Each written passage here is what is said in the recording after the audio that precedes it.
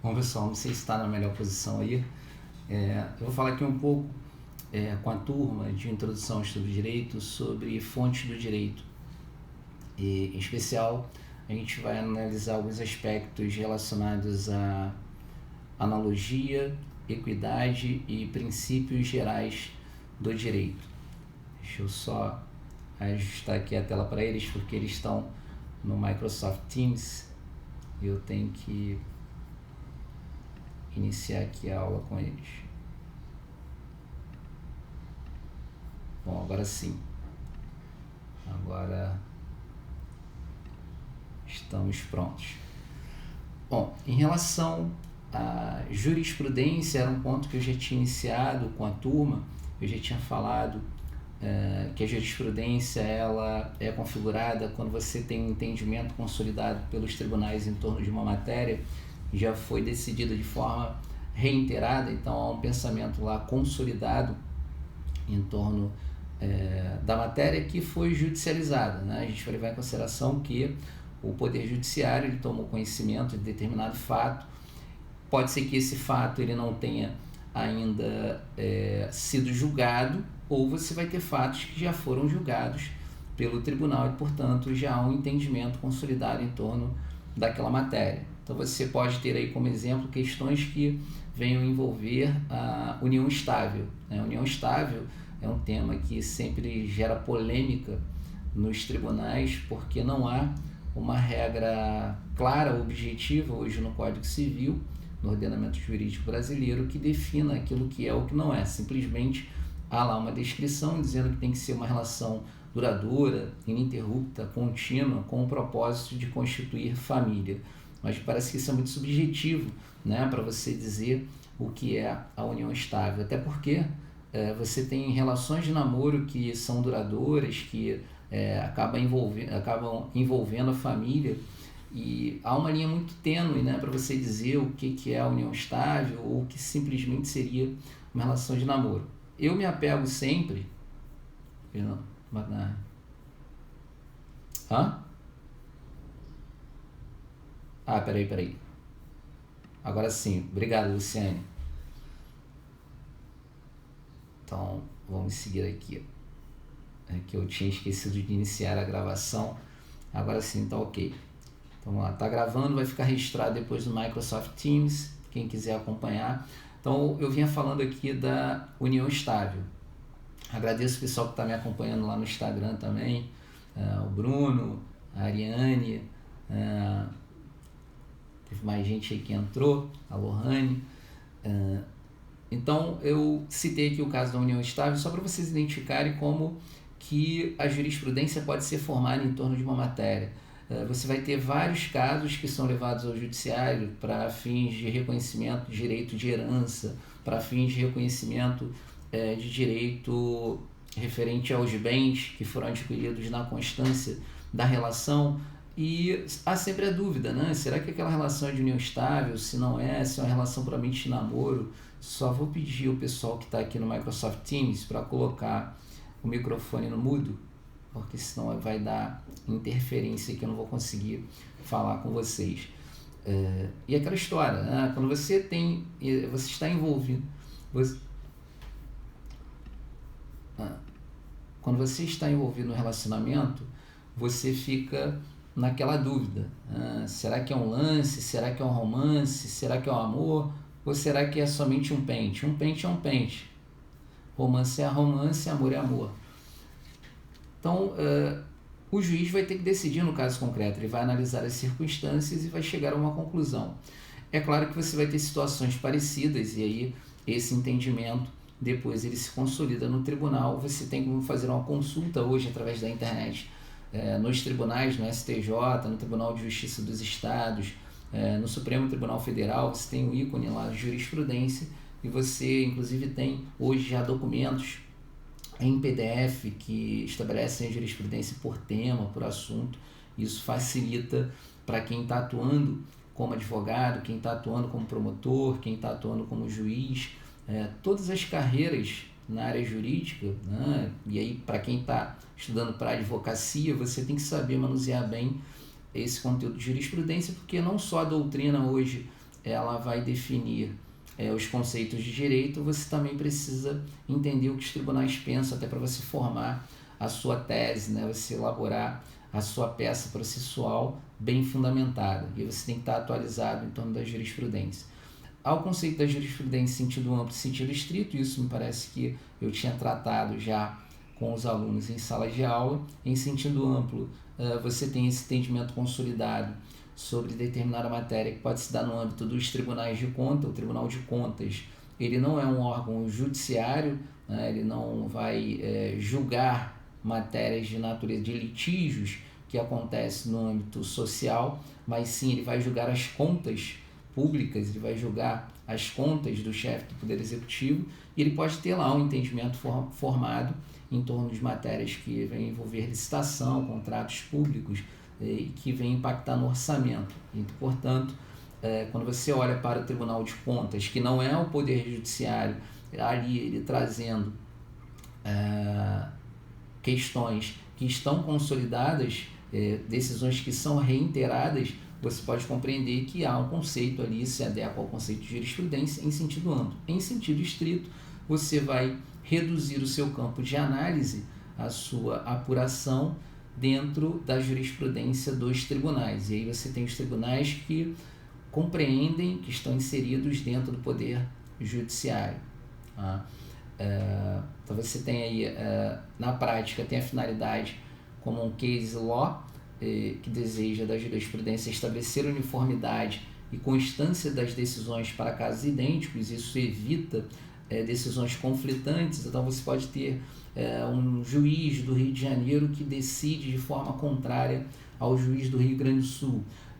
Relações de união estável concomitante. A pessoa mora no Rio de Janeiro, tem uma relação de união estável, tem uma família constituída, com filhos, patrimônio, e essa pessoa também tem uma casa em Florianópolis, em Jurerê Internacional, e lá tem outra família com filhos e patrimônio, sendo que uma não sabe da outra, né? Uma família não conhece a outra.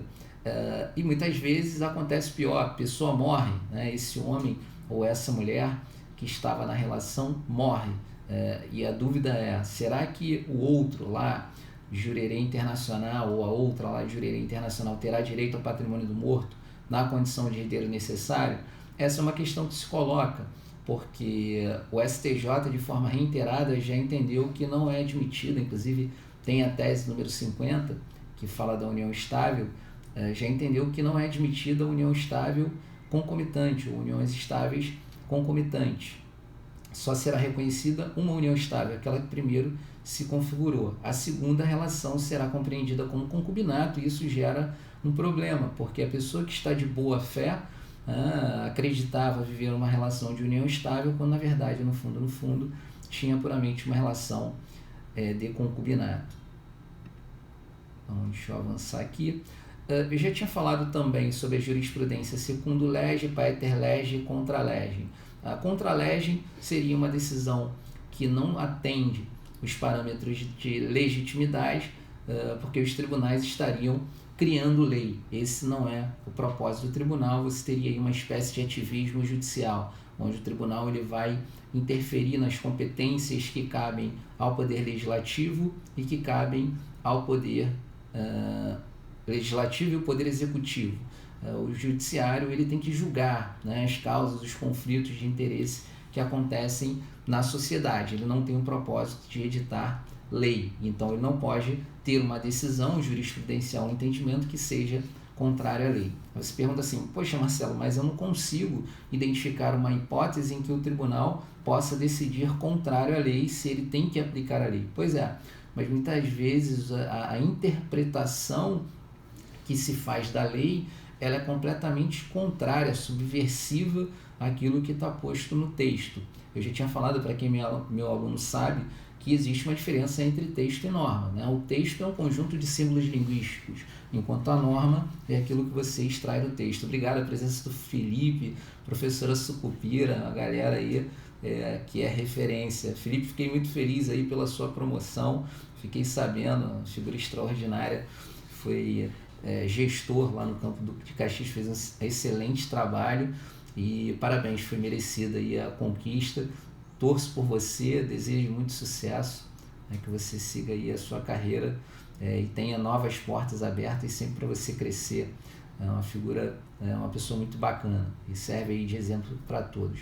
Então, quando você tem uma decisão na Suprema Corte, aqui vou citar o exemplo, né, claro que isso não ficou estabelecido, mas havia toda uma discussão em torno da prisão em segunda instância. O Supremo Tribunal Federal tinha que se manifestar, inclusive envolvia aí a prisão do Lula. Havia uma força política muito forte no sentido de que a prisão em segunda instância deveria ser reconhecida, e o entendimento era que a Constituição Federal ela muda no tempo, a Constituição é viva, né? Então o texto ele tem que ser interpretado de acordo com a nova realidade, com a realidade fática, mas a gente tem que levar em consideração que há um limite também para a interpretação. Ainda que você entenda que a norma é aquilo que você extrai da interpretação do texto para aplicar ao contexto, existe um limite. Inclusive o professor Lênin Strecker, que faço referência, foi meu professor no doutorado, é uma figura extraordinária. Inclusive, se alguém quiser se interessar pelo tema hermenêutica jurídica, ativismo judicial, judicialização, todos esses temas são tratados muito bem pelo professor Lênin Strecker. Inclusive, ele tem uma percepção, alguns até criticam o professor Lênin por ele ter uma posição muito positivista, e ele próprio fala que há várias espécies do positivismo, né? Não seria um positivismo exegésico, positivismo da exegese, onde a lei é a letra da lei, mas sim você teria uma ideia de norma, mas essa norma também tem um limite, então a interpretação ela tem um limite. Se o Supremo Tribunal Federal entendesse que a prisão em segunda instância ela seria legal e legítima, ele estaria desdizendo ou contrariando aquilo que está posto no artigo 5º na Constituição Federal, que diz que a prisão, a pena será aplicada após o trânsito em julgado da sentença condenatória. Significa dizer, enquanto houver a possibilidade de recurso, não pode o tribunal aplicar os efeitos da pena, a não ser que você tenha lá a prisão provisória, os requisitos da prisão temporária, mas do contrário, a prisão pena depende do trânsito em julgado da sentença condenatória.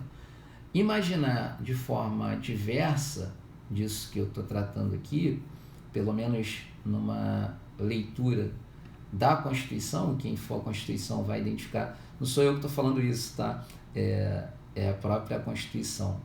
Deixa eu só passar o link aqui para a Michele, que a Michele não identificou o link da aula.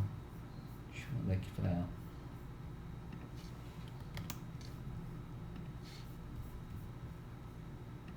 Bom, agora sim. Bom, para quem está acompanhando aí no Instagram, talvez fique um pouco estranho. Ao mesmo tempo, eu estou com os alunos aqui no Microsoft Teams e eles fazem perguntas no chat, tem algumas questões. Eu tenho que parar aqui para ver o que está sendo colocado.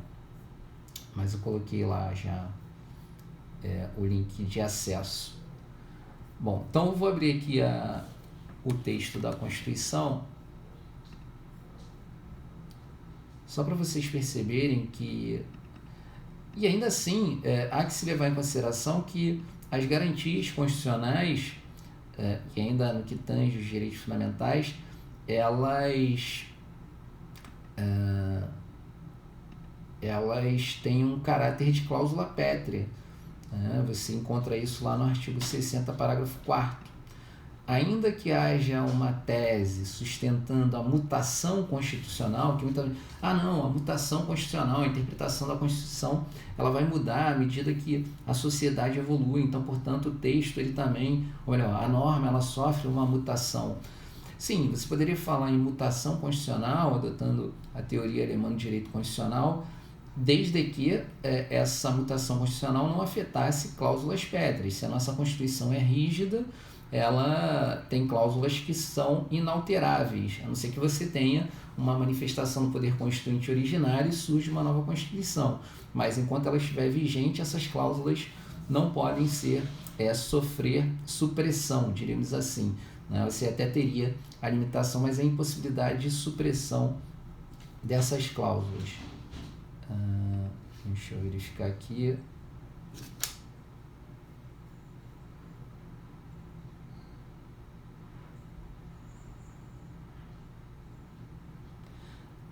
O inciso, você vai ao artigo 5º, ao inciso 52, e ele vai dizer que ninguém será considerado culpado até o trânsito em julgado da sentença penal condenatória.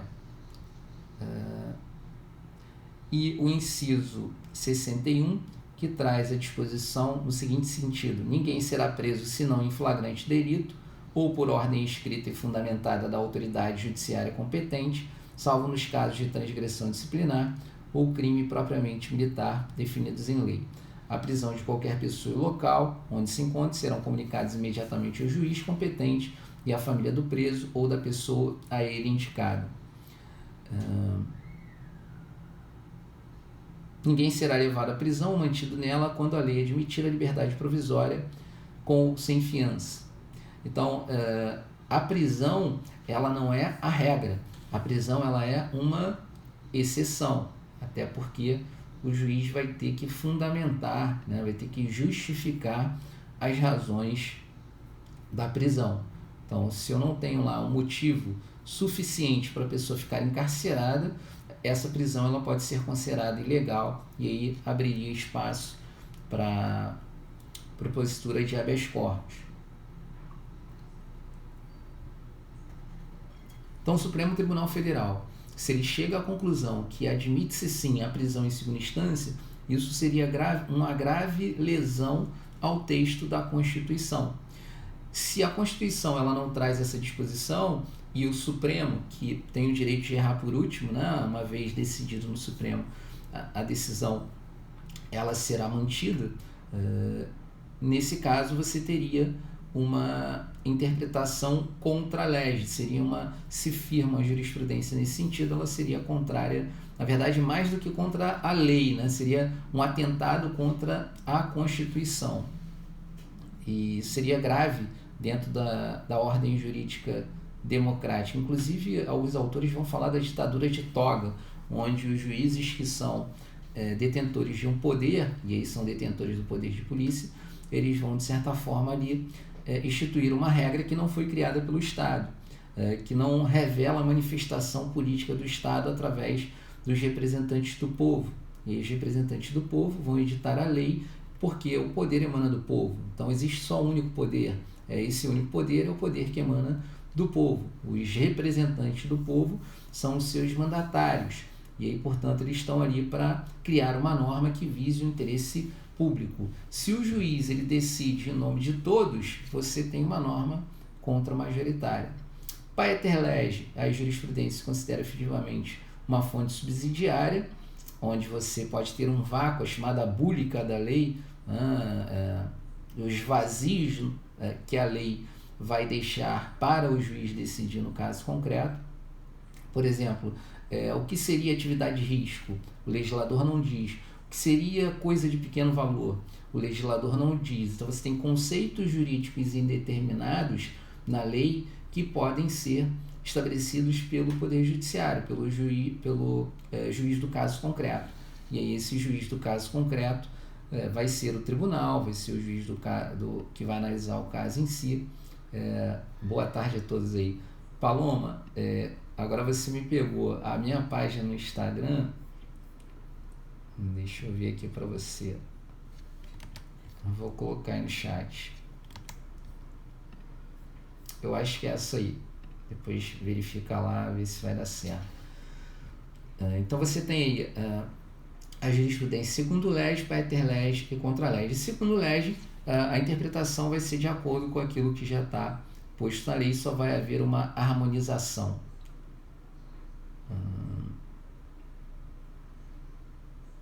Pois não.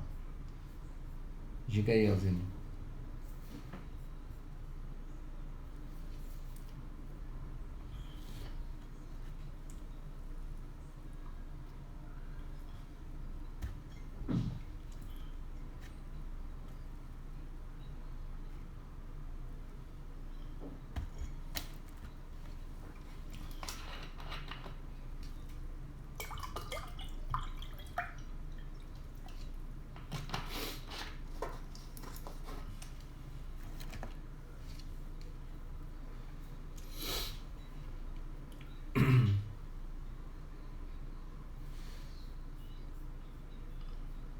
Uhum.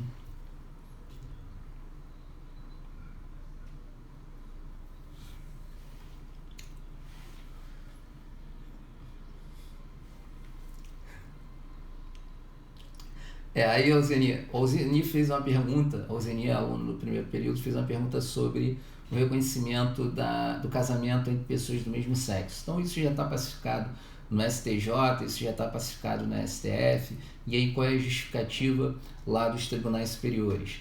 É que a família ela pode ser constituída pelo casamento, como também pode ser constituída pela união estável, e na minha percepção, seguindo as orientações do professor Rodrigo da Cunha Pereira, Maria Berenice Dias, o próprio Nelson Rosenwald, é no sentido de que você não tem uma definição específica de família estabelecida pelo Estado. Quem vai definir a família são as pessoas que compõem a família, porque na minha percepção a família é uma ponte que une corações, onde por baixo dela passa um rio de amor. Então, impedir o casamento seria impedir a formação da família pelo casamento. Já que a família é um meio para se atingir um fim, e o fim é a dignidade humana, se você inviabilizar a constituição de família, seja pelo casamento ou seja por uma outra forma, você vai estar atingindo, contrariando um princípio máximo da ordem jurídica brasileira, que é o princípio da dignidade humana. E, na minha opinião, segundo também o entendimento do STJ e do STF, é que vai prevalecer a autonomia da pessoa.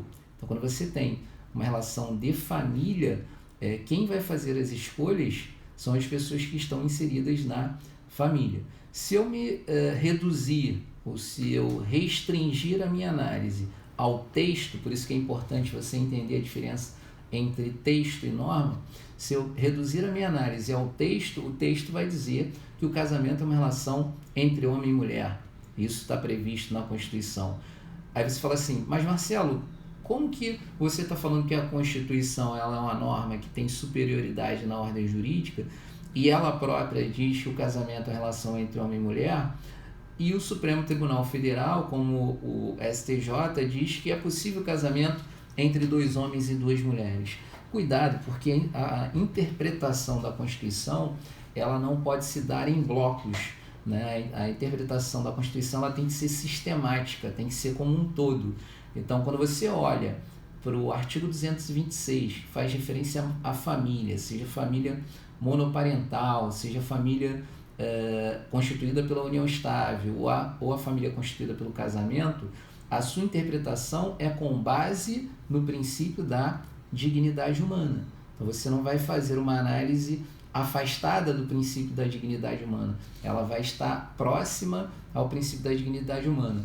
E aí a pergunta que surge, será, Alzeni, que essa interpretação do tribunal ela é contrária à Constituição a ponto de ser compreendida como uma jurisprudência contra a legem, ou ela estaria de acordo com a Constituição? Bom, me parece que ela está de acordo com a Constituição. Então, o que o tribunal faz é fazer uma interpretação do Código Civil conforme a Constituição, ainda que o Código Civil trate lá no artigo 1514 sobre o casamento.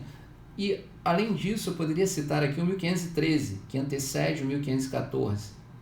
O 1513 diz que qualquer pessoa é defeso, significa dizer que é proibido qualquer pessoa de direito público ou privado interferir nas relações de família. Então, se o Estado ele não pode interferir na relação de família, quem vai definir quem é a família? As pessoas que compõem a família. Nesse caso, poderiam duas pessoas do mesmo sexo se casar? Para mim, não haveria nenhum problema. Estaria autorizado com base no princípio da dignidade humana, já que a família é um meio para eles atingirem o fim. Qual é o fim? A dignidade humana. Para ter dignidade humana, tem que necessariamente ser homem ou mulher? Não, basta ser pessoa humana. Então, ser heterossexual ou homossexual não vai fazer diferença. Se casar com uma pessoa do mesmo sexo ou de sexo diferente, também não vai fazer diferença. Então, com base nessa ideia, decidiu tanto o STJ quanto o STF. O STF, na DPF 132, do Rio de Janeiro, e na ADI 4277, me parece, do Distrito Federal. Tem duas ações constitucionais que tramitaram do Supremo Tribunal Federal em torno dessa matéria, e no âmbito do STJ também essa matéria foi decidida no sentido de autorizar o casamento entre pessoas do mesmo sexo. Por outro lado, qual é a leitura que você pode fazer? Você pode entender que se não existe lei que autorize o casamento entre pessoas do mesmo sexo, não poderia o Estado autorizar esse casamento. E aí você vai para uma outra leitura, o artigo 5º, inciso 2 da Constituição. Ninguém será obrigado a fazer ou deixar de fazer alguma coisa, senão em virtude de lei.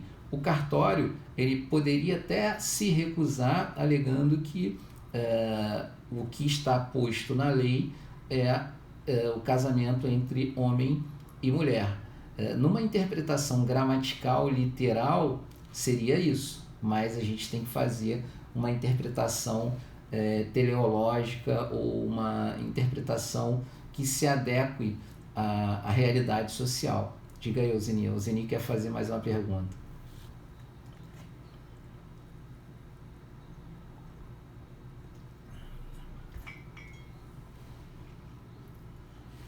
Sim.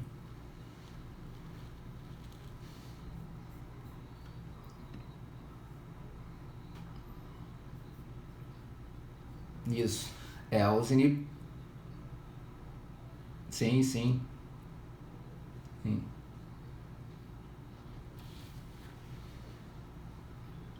Exatamente.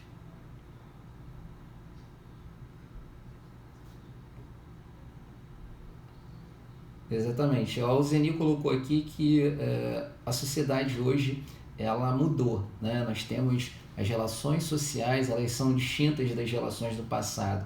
O conceito de moral hoje na sociedade não é um conceito de moral. E não vou falar nem no conceito de moral, mas a ideia de bons costumes, né? Que era no passado. E aí, Alzeni, eu lembro da época que eu fiz o concurso para a Marinha, havia lá uma restrição da pessoa ingressar nas Forças Armadas com tatuagem. Então, com 15 para 16 anos eu fiz o concurso para a Marinha e aí fui aprovado, passei lá no exame médico. O exame médico eu tive que ficar nu, em pelo, e aí o médico lá queria saber se eu tinha alguma tatuagem, alguma cicatriz, alguma coisa para registrar lá no termo dele, levar para a junta médica. Eu não tinha, mas algumas pessoas não conseguiram avançar no concurso e alegavam, segundo a alegação lá da junta médica, a pessoa tinha tatuagem, tinha uma cicatriz, alguma coisa que inviabilizaria o seu acesso naquele concurso público. Hoje já há entendimento do Supremo Tribunal Federal, os tribunais já têm também uma compreensão consolidada em torno dessa matéria, que o fato da pessoa ter tatuagem ou não torna ela menos proba ou menos moral, ou que adote uma conduta ou que tenha ali uma tendência de praticar atos criminosos ou contrários à administração pública, simplesmente por conta da tatuagem. Então, os conceitos, né, os valores, a percepção do ser humano em torno daquilo que é justo, injusto, daquilo que é legítimo e ilegítimo, vai mudar no tempo. Hoje, no passado, nós poderíamos entender plenamente que ter acesso ao e-mail era algo que era útil para algumas pessoas, para quem trabalhava no mercado financeiro, quem trabalhava em banco, em grandes empresas, não era útil para todos. E hoje, eu posso dizer que ter uma conta gratuita de e-mail seria um direito da personalidade, inclusive um direito fundamental de todo cidadão, no mínimo, para conseguir se corresponder, trocar mensagens, né, você ter uma conta de e-mail gratuita. Isso no passado, você poderia fazer essa interpretação? Não, porque no passado não tinha internet, não tinha computador. Na época que eu fiz a minha faculdade, como já tinha compartilhado com vocês, a leitura era outra. Então você tem, de fato, uma releitura do direito que vai se dar no tempo. No sistema norte-americano isso fica mais evidente, porque a Constituição norte-americana é de 1787, e lá se fala de Constituição aberta, de Constituição viva, onde a construção do conteúdo, do teor constitucional daquela norma vai se dar no tempo com a interpretação dos tribunais, tanto que no sistema da common law você tem a força dos precedentes, a força vinculante dos precedentes judiciais, justamente porque, por mais que você tenha uma Constituição com 7 artigos e que foi feita no passado, em um período remoto da sociedade, hoje a interpretação ela não é exatamente aquela que se tinha em 1787. Como a Constituição de 88, você tem situações hoje que acontecem na sociedade que não foram pensadas lá em 1988, que são pensadas hoje, que são interpretadas hoje, que são o ordenamento jurídico como é aplicado hoje. Então a leitura dos tribunais também vai ser diferenciada. É possível que eu tenha uma mudança na interpretação da Constituição? É possível que sim, desde que você não mude o texto por completo de uma norma que tenha caráter, que seja considerada cláusula pétrea. Porque até para mudar a Constituição você tem um processo formal, que é o processo para a aprovação de emendas à Constituição. E aí uma burla a esse processo formal me parece que também seria uma burla à Constituição, e ainda mais quando você tem uma cláusula pétrea. Então essa é uma outra questão. O próprio Código Civil, ele pode ter uma interpretação hoje que é distinta da do passado? Sim. Então o que era casamento e união estável? Na verdade, a própria união estável não era reconhecida dentro do ordenamento jurídico brasileiro. Você tinha a definição de concubinato puro e concubinato impuro. Hoje não, hoje você já tem o reconhecimento das relações de união estável, claro, desde que as pessoas não sejam impedidas para o casamento, ou então que ela pelo menos esteja separada de fato ou judicialmente. Mas é certo que há uma mudança de perspectiva, uma mudança do olhar sobre a lei, e você também não pode aplicar a lei simplesmente de uma forma gramatical, você interpretar o texto da forma que está posto. Por isso a importância da hermenêutica, onde ela vai te fornecer ferramentas, elementos para você interpretar da forma mais adequada a uma realidade social. Hermes já dizia, né, que aquilo que era debatido, dialogado por trás das portas do parlamento não era exatamente aquilo que estava posto no texto. Então uma coisa é a finalidade buscada pela norma, né? E aí você vai levar em consideração a interpretação teleológica, né? Qual era a intenção de se criar aquele texto. E a outra coisa é como que você vai aplicar essa norma ao contexto, levando em consideração uma situação jurídica e social diferenciada, que vai se mudando, que vai se alterando ao longo do tempo. Então, à medida que a sociedade evolui, a interpretação do direito, o direito ele também vai mudar. E aí por isso que a sociedade, os fatos sociais, eles vão servir como fonte material do direito. O direito, mais uma vez eu repito o que eu já dizia antes, se você ficar na dúvida entre se o direito foi feito para as pessoas ou se as pessoas foram feitas para o direito, a resposta é uma única resposta. O direito ele foi feito para as pessoas, tanto que o ser humano é o epicentro do ordenamento jurídico. Então aquilo que acontece na sociedade, fato, tem que ser reconhecido, tem que ser considerado para fins da interpretação do direito e da aplicação das normas. Então deixa eu avançar aqui. Essa parte também me parece que eu já tinha falado, e aí eu estou fazendo uma apresentação aqui em torno da seguinte pergunta: a jurisprudência cria direito ou ela não cria direito? Se você entender que a jurisprudência é a fonte do direito, você chega à conclusão que a jurisprudência, sim, ela cria direito. Se você chegar à conclusão que a jurisprudência ela não é fonte do direito, na verdade, a jurisprudência ela revela aquilo que o juiz compreende em um caso concreto, diante da aplicação, levando em consideração a aplicação da lei. Então o juiz não cria lei, o juiz aplica a lei ao caso concreto. Você vai entender que não, e aí a jurisprudência não estaria não teria essa finalidade ou não estaria inserida no contexto da criação do direito. Mas me parece que se você compreende, e esse é a ideia mais razoável dentro da realidade que nós vivemos aqui no Brasil, é que a jurisprudência sim, ela vai servir como fonte do direito e portanto ela vai criar o direito. É diferente de você fazer a pergunta se a jurisprudência cria a lei. O tribunal ele não pode criar lei, porque do contrário você teria um ativismo judicial, você teria edição de normas contra-majoritárias. Mas a jurisprudência pode criar o direito? Se você leva em consideração que o Código Civil diz que a doação de bens de pequeno valor pode se dar de forma verbal, e a pergunta que você faz ao Código Civil, o que é a coisa de pequeno valor, e ele não te diz o que é coisa de pequeno valor, você vai ter que buscar esse conceito numa situação prática, e quem vai te dar quem vai te fornecer esse conceito é o juiz do caso concreto.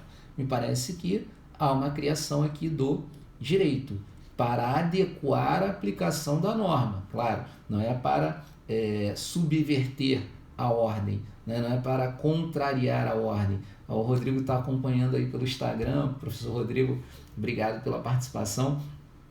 Então você aqui não pode admitir que o juiz subverta a ordem jurídica, mas sim que ele complemente, que ele adeque a interpretação, e aí que ele possibilite a aplicação de acordo com a ideia de operabilidade do direito.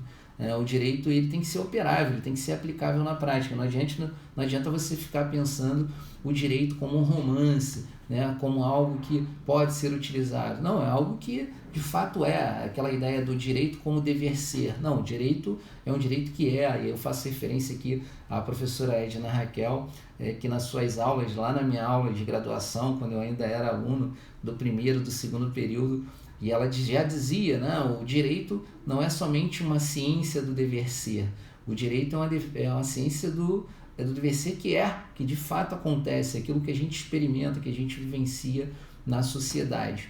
Então essa é a ideia, Alzeni, que a gente tem que levar em consideração.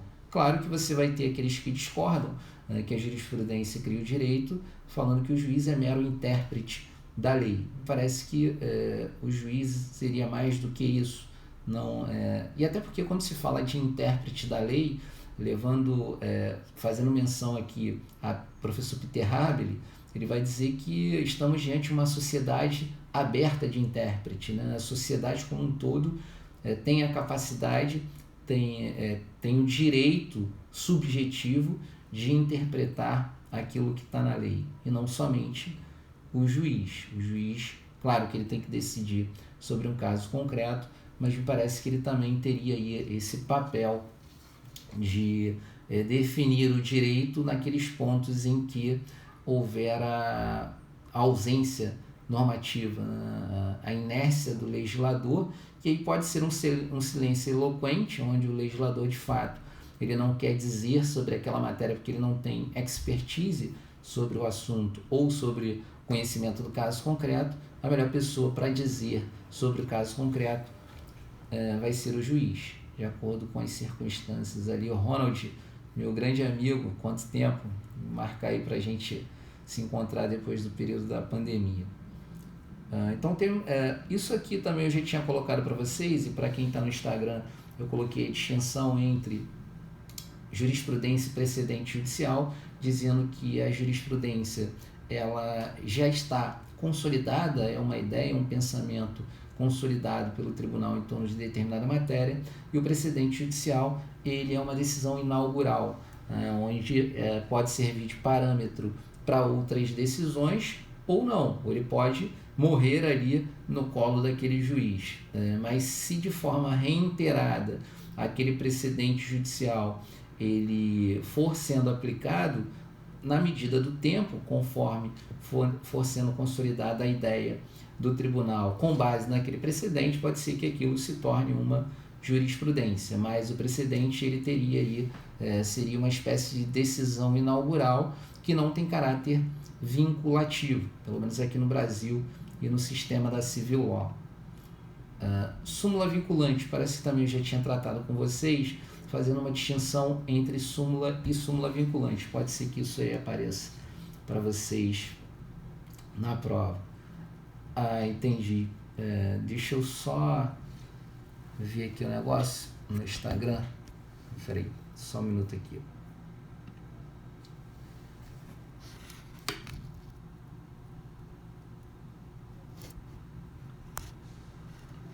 Ronald, agora eu acho que eu não consigo, mas de qualquer forma vai ficar gravado, e aí depois você tem como repassar. Eu vou deixar aqui no Microsoft Teams também, e aí repassa. Então vamos lá, quando eu falo de súmula e súmula vinculante, o que você tem que levar em consideração? Primeiro, que a súmula vinculante ela tem um caráter vinculativo, e segundo, a súmula vinculante sim, Rodrigo, vou ver para a próxima. O Rodrigo pediu aqui para eu abrir o Instagram, porque tem muita gente que não está conseguindo acessar a aula pelo Instagram. Então, primeiro, que a súmula vinculante tem um caráter vinculante. A professora Tatiana também, obrigada aí pela participação, querida professora de processo civil, uma figura extraordinária. Então, primeiro que a súmula vinculante tem um caráter vinculante. Segundo, súmula vinculante envolve matéria de natureza constitucional. Então, a súmula propriamente dita, ela vai trazer um resumo, uma orientação sobre a jurisprudência do tribunal em torno de determinada matéria. Então, o tribunal quer dar publicidade do seu entendimento em torno de um conteúdo, de uma questão de natureza jurídica, e aí ele pode editar um enunciado de súmula. Esse enunciado de súmula é um enunciado reduzido, é uma síntese. Em suma, eu estou dizendo em suma, eu estou trazendo, dando publicidade a algo que precisa ser entendido, compreendido e observado pelos juízes, pelos promotores, pelos desembargadores, por pessoas que atuam na área jurídica, e para que essas pessoas compreendam qual é o tribunal. Isso vai facilitar, é como se fosse um filtro da jurisprudência para que você dê, no caso, o tribunal dê publicidade às súmulas. As súmulas, elas podem ser editadas pelos tribunais regionais, pelos tribunais federais, regionais federais, pelos tribunais de justiça do Estado, pelo próprio STJ e pelo próprio STF. Quando você fala súmula vinculante, a súmula vinculante ela somente pode ser editada pelo Supremo Tribunal Federal. Então aqui você já marca algumas distinções entre súmula e súmula vinculante. Então você tem aí o artigo 103A da Constituição traz isso que eu estou falando para vocês. Isso, né, é uma percepção doutrinária, não é algo da minha cabeça, tá? É o que você vai encontrar de fato. Você tem, segundo esse novo instituto, o Supremo Tribunal Federal poderá, de ofício ou por provocação, de 2/3 dos seus membros, após reiteradas decisões sobre matéria constitucional, sobre matéria constitucional, sobre matéria constitucional, sobre matéria constitucional e, mais uma vez, sobre matéria constitucional. Você fala assim, Marcelo, travou aí o seu computador na hora que você estava falando matéria constitucional? Não, é só para você não esquecer mais de mim, como dizia Roberto Carlos. Um dia vocês vão lembrar de mim. Quando eu falo que matéria constitucional, é justamente para você compreender que súmula vinculante envolve matéria constitucional, não é qualquer matéria, não é qualquer assunto. Se você está discutindo uma matéria de direito de família que não tem fundamento constitucional, que não tem uma leitura constitucional, seja uma matéria exclusivamente na esfera do direito civil, vamos lá, a história do rapaz que saía todo dia às 6 horas da manhã para trabalhar, e um dia ele chegou na empresa, o sistema caiu. Ele voltou para casa, a esposa não trabalhava, ele não deixava a esposa trabalhar nem estudar, porque ele bancava tudo, ela tinha um cartão de crédito sem limite, viajava 5 vezes ao ano para o exterior, tinha personal trainer, podia ir à praia, ir ao shopping. Então a questão econômica para ela não era problema, e a liberdade também dela estava limitada somente naquele aspecto relacionado ao estudo e ao trabalho. Então ele não queria que ela trabalhasse nem estudasse, tudo ficaria por conta dele. Uma pessoa com uma condição financeira elevada, com um alto padrão de vida, com vários imóveis, carro, helicóptero, avião, motorista particular, ela não precisava trabalhar. E aí nesse dia, quando ele voltou para casa, ele achou algo estranho, tudo fechado, cadeado no portão, ele tinha a chave do cadeado, subiu ao quarto, e aí a esposa dele estava tomando banho. Ele achou aquilo muito estranho e perguntou para ela o que estava vendo. Ela falou que não estava se sentindo bem. Ele viu algumas pegadas molhadas no chão do quarto, e quando ele abriu o armário tinha um homem nu dentro do armário. Ele ingressou com a ação, discutindo ali que ela foi culpada pelo divórcio e que ele queria que ela retirasse o sobrenome dele, que ela utilizava, e ainda assim ingressou com uma ação contra aquele terceiro interventor, aquele homem nu que estava dentro do armário. A pergunta é possível haver responsabilidade para esse homem nu, esse terceiro interventor que estava dentro do armário? É uma discussão que isso vai ensejar matéria constitucional? Aqui me parece que não. A discussão aqui é no plano particular e individual.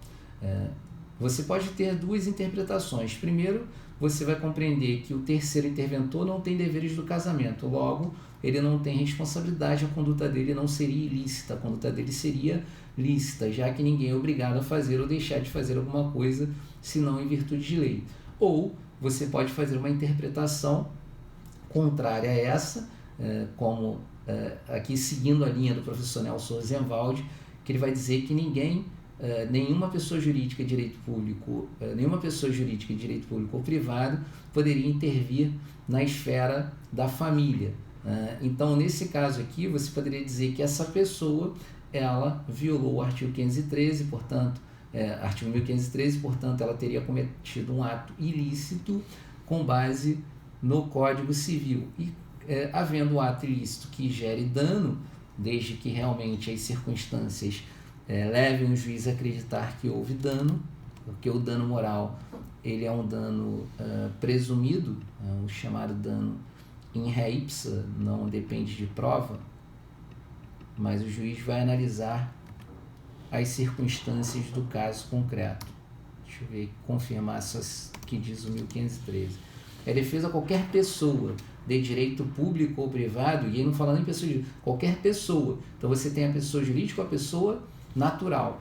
Com base nisso, o professor Nelson Rosenwald, em algum momento, ele vai dizer lá no livro dele que haveria sim responsabilidade para esse terceiro interventor, desde que fique evidenciado o dano. Mas é matéria constitucional? Não interessa, isso aqui está na esfera privada do casal. Então você não pode ter uma súmula vinculante, especialmente em torno dessa matéria, a não ser que a discussão venha se dar no âmbito do conceito de família, que tem previsão no artigo 226, como disse o Alzenir aí. E aí toda discussão em torno de uma matéria constitucional pode ser que venha gerar uma súmula vinculante. Então depois vale a pena a leitura ao artigo 103A para vocês entenderem e compreenderem exatamente esse teor da matéria que eu trouxe para vocês. Basicamente a doutrina eu já tinha conversado em algum momento, né? Eu tenho um livro aí de Direito de Família, eu escrevi em parceria com o professor Anderson Madeira, com a professora Lilian, com o professor Anderson Evangelista.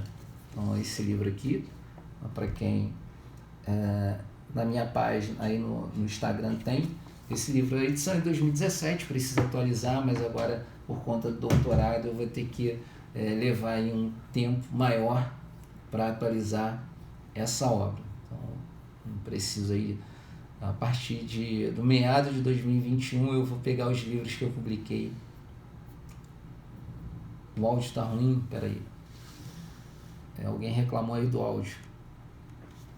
E aí, Matheus? 100% agora? Tudo bem? Bom, pode ser aí a internet.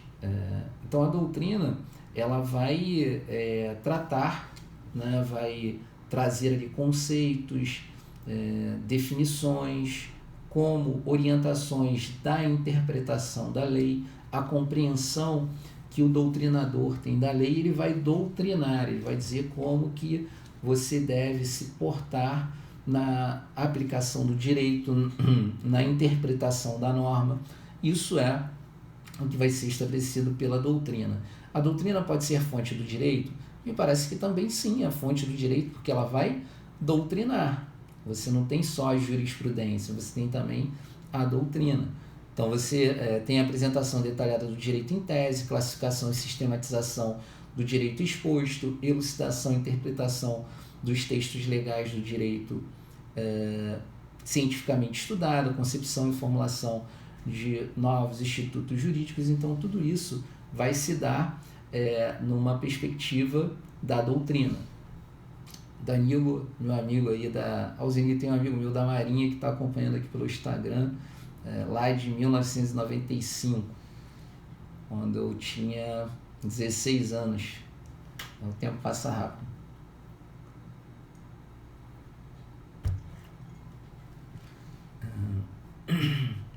Então, seguindo aí, você tem as funções da doutrina, que é essa função de sistematização, vai sistematizar as ideias teóricas, né, os conceitos, até mesmo a classificação. Por isso que eu digo, classificação é um negócio que depende muito. A Glaup, eu não sei se está chegando aí para você, se está falhando. Eu vou tirar aqui o meu fone e vou colocar novamente para ver se vai melhorar. Agora, não sei se melhorou aí para vocês. Pode ser a minha internet aqui também, não sei. Então, nessa perspectiva, nas funções da doutrina, quando eu falo de classificação de conteúdo, a classificação é algo que vai depender muito de autor para autor. Então, tem um autor que vai trazer uma classificação de forma mais detalhada, tem outros que vão trazer uma classificação de forma menos detalhada. Tá ok. Então, disseram aqui que agora o áudio está bom. Então, vai depender muito do olhar do autor, aquele que está trazendo, está tratando da matéria, para ele expor ali para você como que deve ser feita a leitura do direito. Então, você tem uma função prática ou técnica e uma função crítica. Beleza. E uma função crítica. Deixa eu avançar aqui. A função prática ou técnica, ele vai passar ali as orientações, né, uma análise de interpretação. Por outro lado, eu posso ter uma percepção sobre o próprio tribunal, quando ele decide uma matéria fazendo uma crítica à decisão do tribunal, a determinadas sentenças judiciais, a própria doutrina, outros doutrinadores que pensam de uma maneira que que eu discordo, e porque eu tenho uma tese sobre determinado assunto.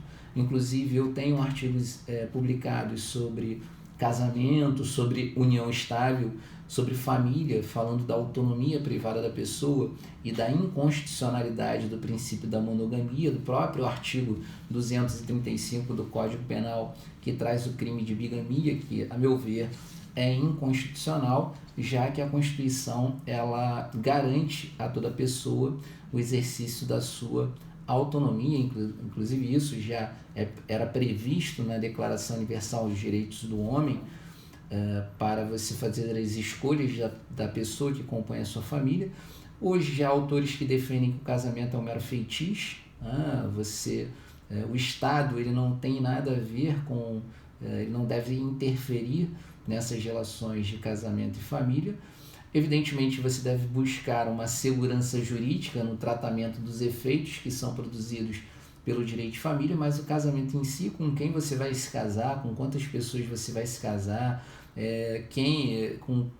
como que você vai formalizar a união estável, se a família ela pode envolver várias pessoas, a família poliafetiva, isso fica a critério daqueles que estão inseridos no âmbito da família. Então, é uma crítica feita por mim, e aí você pode ter essas críticas da doutrina que vão dar uma nova dimensão ao conteúdo do direito, que pode mudar, pode vir uma nova lei que altere o conteúdo legislativo da matéria em torno do direito de família. Hoje, conversava no semestre passado com o professor Cleison, também é uma figura extraordinária, é um referencial. O professor Cleison está sempre publicando obras, inclusive publicou hoje no Instagram dele sobre a dignidade humana.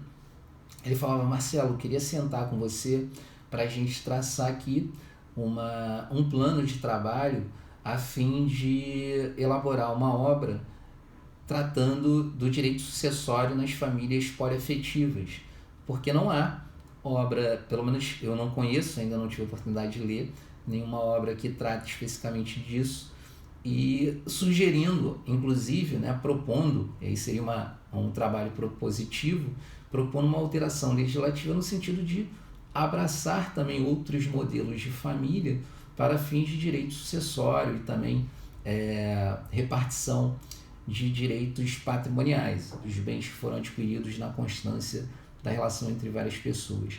A analogia, e aí já avançando para mais um tema, até por conta do nosso tempo, a analogia ela seria uma forma de integração das normas jurídicas ou do direito, assim como os princípios gerais. Quando eu falo de princípios gerais, eu estou fazendo menção a valores que são extraídos da sociedade e são estabelecidos como uma norma a ser observada em toda e qualquer situação, por isso que é considerado princípio geral. Pode ser que ele não seja aplicado em determinado caso, mas ele está ali orbitando, né? Estaria ali latente, podendo ser aplicado na situação concreta.